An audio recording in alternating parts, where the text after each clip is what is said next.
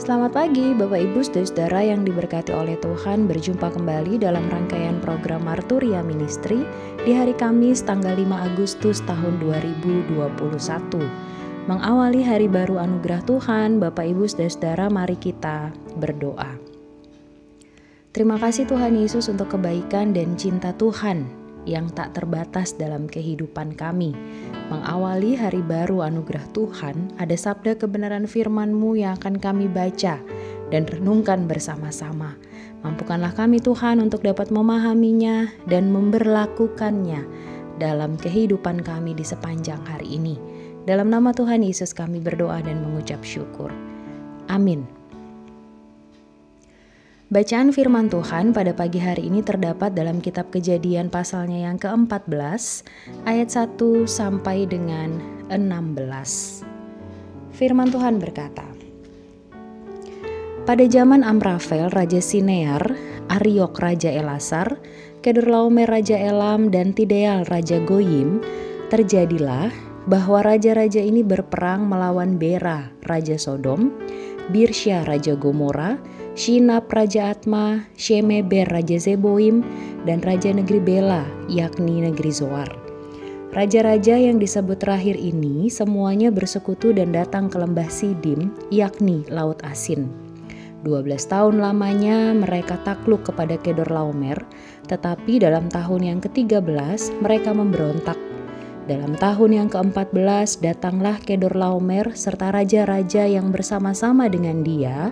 Lalu mereka mengalahkan orang Refaim di Asiterot Karnaim, orang Zuzim di Ham, orang Emim di Syawe Kiryataim, dan orang Hori di pegunungan mereka yang bernama Seir, sampai ke El Paran di tepi padang gurun. Sesudah itu baliklah mereka dan sampai ke En Mespat, yakni Kades, dan mengalahkan seluruh daerah orang Amalek, dan juga orang Amori yang diam di Hazezon Tamar. Lalu keluarlah Raja Negeri Sodom, Raja Negeri Gomora, Raja Negeri Atma, Raja Negeri Zeboim, dan Raja Negeri Bela, yakni Negeri Zoar, dan mengatur barisan perangnya melawan mereka di lembah Sidim. Melawan Kedorlaomer Raja Elam, Tideal Raja Goyim, Amrafel Raja Sinear, dan Ariok Raja Elasar, 4 raja lawan 5. Di lembah Sidim itu di mana-mana ada sumur aspal. Ketika Raja Sodom dan Raja Gomora melarikan diri, jatuhlah mereka ke dalamnya, dan orang-orang yang masih tinggal hidup melarikan diri ke pegunungan. Segala harta benda Sodom dan Gomora beserta segala bahan makanan dirampas musuh, lalu mereka pergi. Juga Lot, anak saudara Abram, beserta harta bendanya dibawa musuh, lalu mereka pergi, sebab Lot itu diam di Sodom. Kemudian datanglah seorang pelarian dan menceritakan hal ini kepada Abram, orang Ibrani itu yang tinggal dekat pohon-pohon Tarbantin, kepunyaan Mamre orang Amori itu, saudara Eskol dan Aner, yakni teman-teman sekutu Abram. Ketika Abram mendengar bahwa anak saudaranya tertawan, maka dikerahkannyalah orang-orang yang terlatih, yakni mereka yang lahir di rumahnya, 318 orang banyaknya, lalu mengejar musuh sampai ke Dan. Dan pada waktu malam berbagilah mereka, ia dan hamba-hambanya itu untuk melawan musuh. Mereka mengalahkan dan mengejar musuh sampai ke Hoba di sebelah utara Damsyik. Dibawanyalah kembali segala harta benda itu, juga Lot, anak saudaranya itu, serta harta bendanya dibawa kembali. Demikian juga perempuan-perempuan dan orang-orangnya. Demikianlah firman Tuhan. Bapak Ibu Saudara, bagian firman Tuhan mengisahkan tentang bagaimana Lot dan rombongannya menjadi tawanan saat sedang terjadi peristiwa peperangan untuk memperebutkan daerah kekuasaan di Sodom. Kalau kita ingat bagaimana Alkitab mencatat bahwa Lot memilih menurut pandangan matanya daerah yang subur dan berlimpah air, yaitu Sodom, tapi tak menyadari bahwa Sodom dipenuhi oleh orang berdosa. Ketika Lot dan rombongannya sedang dalam situasi terjepit dan menjadi tawanan perang, ada orang yang berhasil lolos lalu menyampaikan berita ini pada Abram, sang paman. Apa reaksi Abram? Apakah diam saja? Tidak peduli? Atau yang terlintas di benak Abram, bagaimana Lot menyisakan daerah yang tandus dan kering baginya?